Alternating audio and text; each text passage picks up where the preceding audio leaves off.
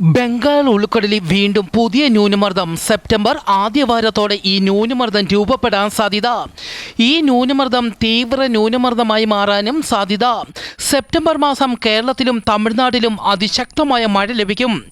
വരും മണിക്കൂറിൽ കേരളത്തിലെ എല്ലാ ജില്ലകളിലെയും ഒറ്റപ്പെട്ട ഇടങ്ങളിൽ ശക്തമായ മഴയ്ക്കും മണിക്കൂറിൽ 40 കിലോമീറ്റർ വരെ വേഗതയിൽ കാറ്റിനും സാധ്യത.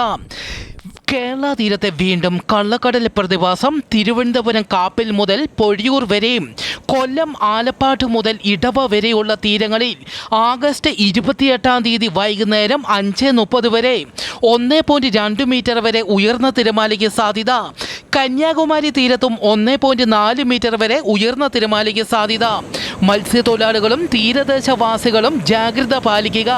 കടൽക്ഷോഭം രൂക്ഷമാകാൻ സാധ്യതയുള്ളതിനാൽ അപകട മേഖലകളിൽ നിന്ന് ആവശ്യമെങ്കിൽ മാറി താമസിക്കുക.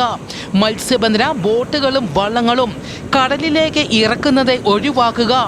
ബീച്ചുകളിലേക്കുള്ള യാത്രകളും കടലിൽ ഇറങ്ങിയുള്ള വിനോദങ്ങളും പൂർണ്ണമായും ഒഴിവാക്കണമെന്നും അറിയിച്ചു.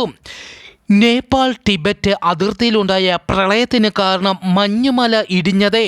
മഹാപ്രളയത്തിൽ 1500 പേരെ കാണാതായി, 280 പേർ മരിച്ചതായി റിപ്പോർട്ട്. മരണസംഖ്യ വീണ്ടും ഉയരും.